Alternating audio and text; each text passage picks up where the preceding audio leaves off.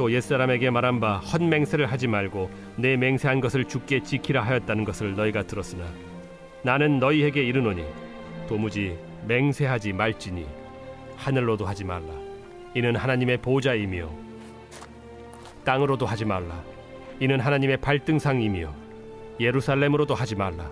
이는 큰 임금의 성이며 내 머리로도 하지 말라. 이는 내가 한 터럭도 희고 검게 할 수 없음이라.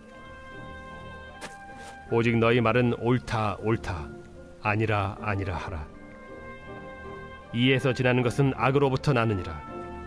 또 눈은 눈으로 이는 이로 갚으라 하였다는 것을 너희가 들었으나 나는 너희에게 이르노니 악한 자를 대적하지 말라. 누구든지 내 오른편 뺨을 치거든 왼편도 돌려대며 또 너를 고발하여 속옷을 가지고자 하는 자에게 겉옷까지도 가지게 하며 또 누구든지 너로 억지로 오리를 가게 하거든 그 사람과 심리를 동행하고 내게 구하는 자에게 주며 내게 꾸고자 하는 자에게 거절하지 말라. 또 내 이웃을 사랑하고 내 원수를 미워하라 하였다는 것을 너희가 들었으나 나는 너희에게 이르노니 너희 원수를 사랑하며 너희를 박해하는 자를 위하여 기도하라. 이같이 한즉 하늘에 계신 너희 아버지의 아들이 되리니 이는 하나님이 그 해를 악인과 선인에게 비추시며 비를 의로운 자와 불의한 자에게 내려주심이라. 너희가 너희를 사랑하는 자를 사랑하면 무슨 상이 있으리요? 세리도 이같이 아니하느냐? 또 너희가 너희 형제에게만 무난하면 남보다 더하는 것이 무엇이냐? 이방인들도 이같이 아니하느냐? 그러므로 하늘에 계신 너희 아버지의 온전하심과 같이 너희도 온전하라.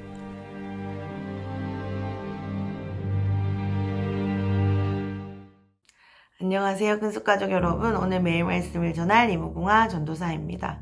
오늘 저희가 함께 볼 본문 말씀은 마태복음 5장 33절에서 48절까지의 말씀입니다. 오늘 말씀을 읽어보셔서 아시겠지만 사실 제가 따로 설명을 드리지 않아도 될 정도로 무슨 말씀인지 아주 명확하게 설명되어지고 있습니다. 예수님이 굉장히 분명하고도 명확하게 말씀을 주고 계시죠. 그것은 바로 맹세하지 말라, 악한 자를 대적하지 말라, 원수를 사랑하라 라는 말씀인데요. 우리가 잘 아는 말씀이기도 하고 또 읽었을 때 너무 잘 이해되는 말씀이기도 하지만 사실 이 말씀을 살아내기란 쉽지 않은 것 같습니다.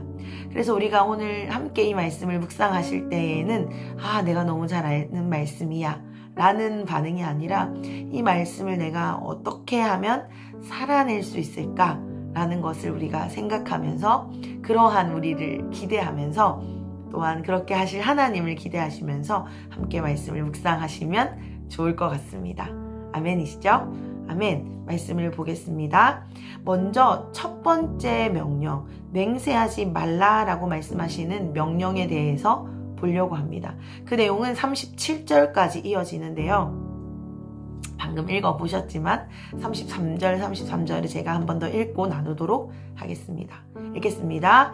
또 옛사람에게 말한 바 헛맹세를 하지 말고 내 맹세한 것을 주께 지키라 하였다는 것을 너희가 들었으나 나는 너희에게 이르노니 도무지 맹세하지 말지니 하늘로도 하지 말라. 이는 하나님의 보좌임이요. 아멘. 지금 이들에게 허락된 옛 맹세가 헛맹세를 하지 말고 내 맹세한 것을 주께 지키라. 그러니까 네가 맹세를 했으면 반드시 지켜야 된다 였다면 지금 예수님께서 주시고 있는 새로운 말씀은 뭐냐면 맹세 자체를 하지 말라라는 말씀입니다. 그런데 이렇게 우리가 이 말씀을 읽으면 예수님이 하신 말씀과 이전의 모세의 명령이 다르게 느껴질 것 같습니다. 그런데 우리가 알다시피 예수님은 율법을 폐하러 오신 것이 아니라 율법의 완성으로 오셨죠. 그렇다면 우리는 다르게 느껴지는 맹세를 잘 지키라 라고 말씀하셔야 될 것 같은데 맹세를 하지 말라라고 하시는 이 예수님의 말씀을 어떻게 잘 이해해야 할까요? 이것은 하나님의 말씀이 확장되어져 가는 관점임을 우리가 먼저 이해해야 합니다. 예수님이 우리를 위해서 오신 것은 율법을 완성하러 오셨다라고 하셨는데 우리가 예수님을 주인으로 모심으로 말미암아 우리는 새 사람이 되었죠. 그런 우리에게 율법은 폐하여지는 것이 아니고 점점점 확장되어져 간다 라는 의미로 해석하셔야 됩니다. 그러니까 예수님이 맹세를 잘 지켜야 돼 라고 하지 않으시고 맹세를 하지 말라 하신 데는 더 깊은 차원의 더 확장된 의미가 있다라는 것을 눈치채실 수 있겠죠. 예수님의 메시지 속에 의도가 있습니다. 맹세 자체가 나쁜 거니까 맹세를 하지 말라 이런 말씀은 당연히 아니겠죠. 그렇다면 사도 바울이 한 수많은 맹세와 서약들은 의미가 없어지는 것입니다. 지금 예수님이 하시는 이 의도는 무엇이냐면 이 맹세 자체로 다루는 것은 이전 것이고 거기서 더 의미를 확장해서 이제는 그 맹세를 하는 우리의 의도가 무엇인지를 돌아봐라. 이것들을 점검해라 라고 예수님이 우리에게 말씀해 주시는 것입니다. 여기서 끊어내야 할 맹세, 그 숨겨진 의도가 무엇인지 우리는 한번 생각해 봐야 하는데요. 우리가 맹세를 언제 하는지 생각해 보면 우리가 이 말씀을 잘 이해할 수 있을 것 같습니다. 우리가 아이들을 예로 들어보면 이거 내가 하는 말 틀리면 내 손에 장을 지진다. 아니면 내가 우리 엄마 걸고 진짜 맹세하는데 이거 진짜 맞아 라고 말할 때 맹세하고 무언가를 걸고 이렇게 자신을 증명하죠. 오늘 말씀도 마찬가지입니다. 내가 옳다라는 것을 증명하기 위해 하나님을 끌어들이고 땅을 끌어들이고 무언가를 끌어들여서 맹세하는 일을 하지 말라라고 하고 계시는 것이죠. 그러니까 하나님이 지금 이 말씀을 통해 우리에게 주시는 것이 무엇이냐면 맹세를 왜 하는지 그 마음의 중심의 의도를 지적하고 그것들을 돌아봐야 한다라고 말씀하고 계시는 것입니다. 바리새인들이 그러했죠. 자신의 옳음을 증명하기 위해 하나님의 어떠함을 막 끌어들여서 하나님이 이러신 거야. 하나님의 뜻이 이런 거야. 막 이렇게 교묘하게 섞어서 자신들을 막 증명하고 자신들을 옳다 여김을 나타내고 그것들을 맹세했습니다. 그러니까 하나님이 지금 이 중심을 살피시면서 그것들을 돌아보라라고 그것들을 해서는 안 된다. 그러한 맹세는 절대로 하지 말아라 라고 명령하고 계신 것이죠. 그것이 바리새인들만 그렇습니까? 저는 너무나도 그렇습니다. 제가 생각해보면 저의 옳음을 증명하기 위해 하나님을 끌어들인 적이 정말 죄송하지만 부끄럽지만 참 많은 것 같습니다. 하나님이 이러신데 라고 하나님을 빗대어서 저의 옳음을 참 많은 순간 증명했던 것 같은데요. 하나님이 오늘 우리에게 이러한 것을 하지 말아라 라고 이 말씀을 통해 말씀해 주고 계십니다. 그러면 우리는 이 말씀을 우리에게 어떻게 적용함으로 새롭게 받아야 할까요? 우리의 말로 나의 어떠함을 증명할 필요가 없다는 것을 우리는 깨달아야 합니다.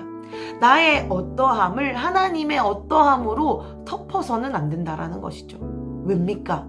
나의 어떠함으로 하나님의 어떠함이 덮어지지 않을 뿐더러 그것은 우리에게 마땅하지 않은 일이죠. 우리의 삶은 하나님의 것입니다. 그렇기 때문에 우리는 우리의 삶을 하나님께 다 내어드리고 그분의 어떠함으로 우리를 덧입혀야 되는 것이지 우리의 어떠함을 위해 그분을 써먹으면 안 되는 것이죠.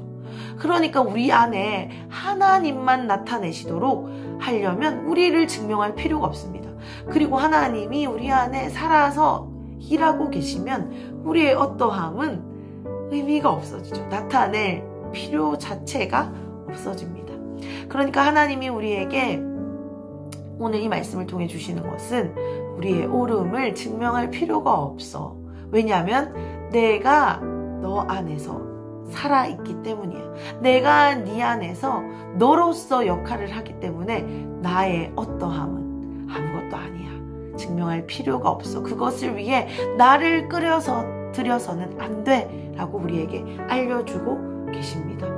우리에게 우리의 어떠함이 아닌 하나님의 어떠함, 하나님의 온전함, 하나님의 오르심이 우리의 삶 가운데 나타나는 일들이 오늘 말씀을 들음으로 깨달음으로 일어나면 좋겠습니다. 아멘이시죠? 아멘. 이어지는 두 번째 메시지를 보겠습니다. 두 번째 메시지는 악한 자를 대적하지 말라라는 명령의 메시지인데요. 38절, 39절을 제가 또 한번 읽어보겠습니다. 또 눈은 눈으로, 이는 이로 갚으라 하였다는 것을 너희가 들었으나 나는 너희에게 이르노니 악한 자를 대적하지 말라. 누구든지 내 오른편 뺨을 치거든 왼편도 돌려대며. 아멘. 그 당시 법, 그러니까 그 당시 정의는 무엇이었냐면 눈은 눈으로, 눈에는 눈으로 갚아주는 것이 그 당시 정의였습니다. 그리고 사실 그 당시라 말할 필요도 없죠. 우리가 사는 이 세상의 이치도 반드시 갚아주어라 라고 세상은 말하고 있습니다. 그런데 예수님은 그것과는 완전히 다른 이야기를 하고 계시죠. 오른뺨을 때리면 어떻게 하라고 하십니까? 왼뺨도 내어주고, 속옷을 달라 하면 겉옷까지 내어주고, 오리를 가자 하면 심리도 가지고, 구워달라 하면 구워줘라 라고 지금 말씀해 주고 계십니다. 그런데 이것이 세 번째 이 원수를 사랑하라고 하신 말씀과도 이어져서 이어진 말씀과 함께 보도록 하겠습니다. 43절, 44절을 제가 읽고 또 나누겠습니다. 내 이웃을 사랑하고 내 원수를 미워하라 하였다는 것을 너희가 들었으나 나는 너희에게 이르노니 너희 원수를 사랑하며 너희를 박해하는 자를 위하여 기도하라. 아멘. 지금 이 주님이 악한 자를 대적하지 말라라고 말씀하시면서 이어지는 말씀을 보면 여기서 대적처럼 여겨지는 이들이 누구인지를 알려주는 것이 이어지는 말씀입니다. 왜냐하면 주님이 율법을 폐하러 오신 것이 아니라 우리 안에 확장시켜 가신다라고 말씀 제가 드렸습니다. 그러니까 정리하면 우리가 왼뺨을 내어주고 동행을 하고 거절하지 말아야 할 자가 누구이냐면 이어지는 43절에 등장하는 바로 이웃이다라는 것입니다. 아멘. 아멘입니다. 그러니까 하나님이 우리에게 어떠한 약속의 말씀을 주셨습니까? 명령을 주셨습니까? 이웃을 사랑하라 라는 우리에게 그 십계명의 말씀을 주셨었죠.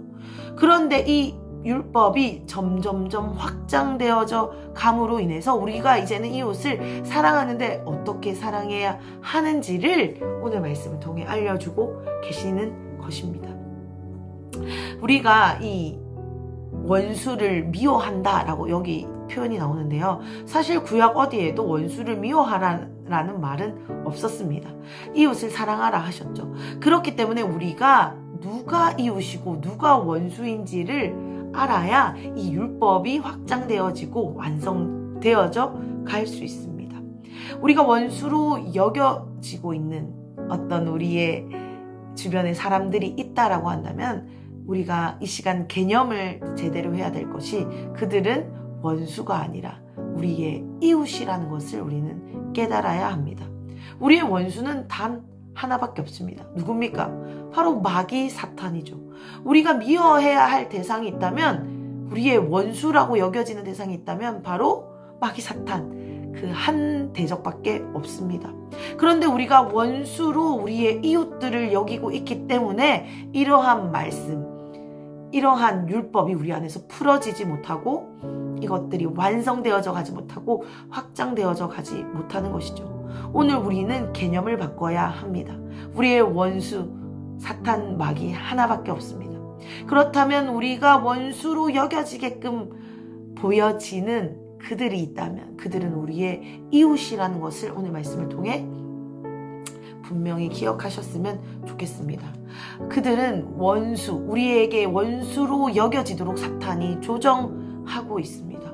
그래서 우리는 우리는 사랑으로 건져내야 하고 우리의 이웃으로 그들을 품어내야 합니다. 아멘이십니까? 아멘. 오늘 메시지의 결론이 이것입니다. 그들은 우리의 원수가 아니야. 이웃이야.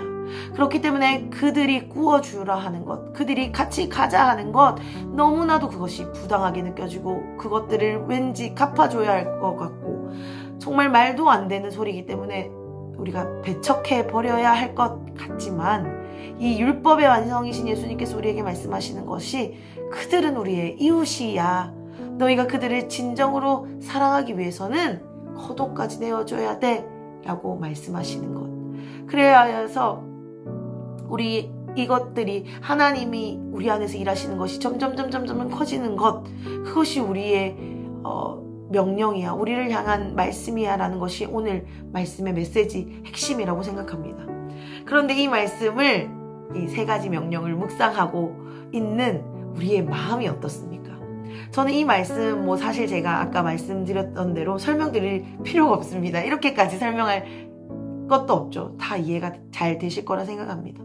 그런데 이 말씀을 묵상하고 있으니 마음이 막 답답하고 마음이 무겁고 막 심란하게 느껴집니다. 왜입니까?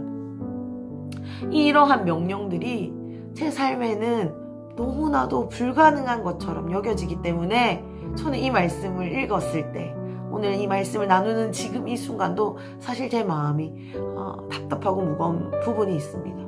왜냐하면 저는 너무 억울해서 저를 안 나타낼 수가 없습니다. 어떻게 해서라도 하나님을 끌어들여서라도 나를 나타내고 증명하고 싶습니다.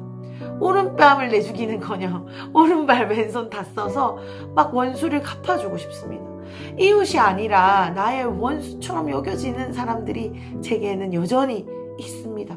그렇기 때문에 이 말씀을 읽고 나누는 저의 마음은 사실 너무나도 무겁고 답답한 마음이 듭니다. 그런데 그런 저에게 하나님이 위로로 주시는 것이 무엇이냐면, 이 말씀을 읽고 역시 하나님의 명령 최고야, 말씀 좋아 라고 끝내는 것이 더 위험하다, 제 마음이 답답해지고 나는 이렇게 살 수가 없는데 이 마음이 괴롭다라고 느껴지는 것이 은혜다 라는 마음을 하나님이 주셨습니다. 아멘. 혹시 저처럼 이 말씀을 읽으시면서 점점 얼굴이 낯빛이 어두워지고 막 정말 마음이 답답해지시는 분들이 계시다면 그것이 은혜라는 것을 믿으셨으면 좋겠습니다. 그것은 하나님이 우리에게 지금 베풀어 주시고 있는 은혜입니다. 그러니까 이 말씀이 답답하니까 이 큐티책을 빨리 덮자, 아유 괜히 이 말씀을 봤어 라고 우리의 마음이 끝나지지 않고, 이 답답한 마음이 이 말씀을 읽는 중에 계속 유지되고 있다면 그것은 우리에게 허락된 기적이자 은혜입니다. 이제 제가 진짜로 나누고 싶은 이야기를 하고 싶습니다.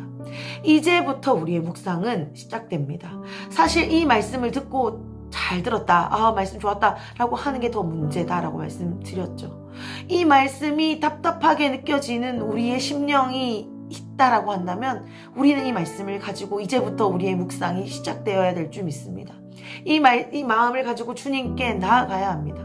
주님, 저 정말로 이 말씀이 안 됩니다. 저는 왼뺨은커녕 오른발 다 써서라도 원수를 갚아주고 싶습니다 라고 여겨지는 마음이 제 마음입니다 라고 우리가 이 솔직한 이 답답한 심령을 가지고 주님께 나아가는 것이 오늘 우리의 묵상이 되어져야 될 줄 믿습니다. 아멘. 우리는 이 말씀을 가지고 씨름해야 합니다. 우리의 괴로움이 있다면 그것을 은혜로 여기고 이것을 씨름하며 오늘 우리는 나아가야 합니다. 이것이 우리의 반응이 되어져야 할 것이고 이것이 우리의 묵상이 되어져야 된다라고 저는 생각합니다. 사랑하는 큰숲 가족 여러분, 오늘 말씀 묵상 이제부터 시작이라고 선포하고 싶습니다.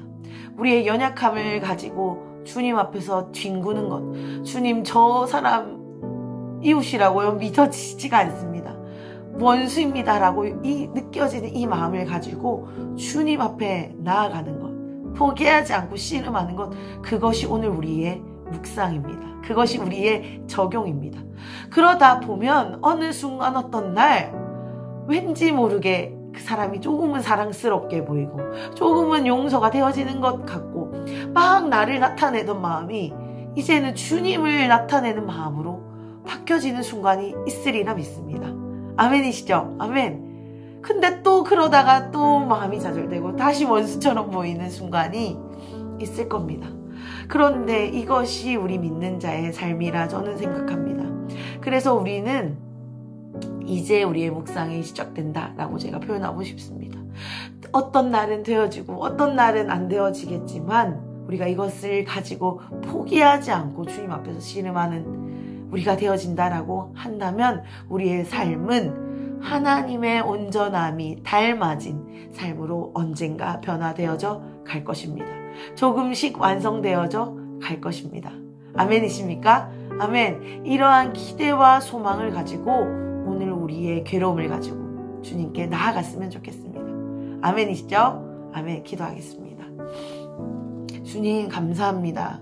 오늘 주님이 우리에게 주신 명령이 하나님의 온전한 성품이라 더 감사합니다. 그런데 하나님, 저는 이것을 한 자락도 지켜낼 수가 없습니다.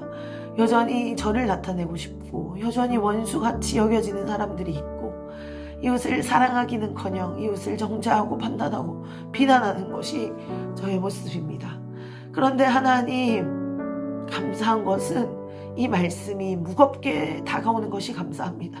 아, 말씀 잘 읽었네. 좋은 말씀이었네. 아니면 아우 빨리 말씀 덮어야지가 아니라 이 제 마음이 괴로운 것으로 인하여 감사드립니다. 이 말씀 앞에 제가 반응되어지니 감사합니다. 하나님, 이 괴로운 마음을 가지고 오늘 씨름하며 나아가겠습니다. 그때 주님이 일하시고 그때 주님이 우리를 조금씩 빚어가실 것이기 때문에 주님, 연약함을 있는 모습 그대로 가지고 나아가겠습니다. 주님, 역사하여 주시옵소서. 혹시 저처럼 이 말씀을 읽는 중에 마음이 답답하고 괴로운 우리의 가족들이 있다면 하나님, 동일한 은혜로 허락하여 주십시오. 이것들을 가지고 주님과 씨름할 수 있는 하나님 믿음의 근력을 허락하여 주시옵소서. 오늘 우리의 묵상이 끊어지지 않고 이어지도록, 우리의 매일의 삶이 이러한 씨름이 이어지는 삶이 되어지도록 주님 역사하여 주시옵소서. 감사합니다. 찬양합니다. 예수님의 이름으로 기도드렸습니다. 아멘.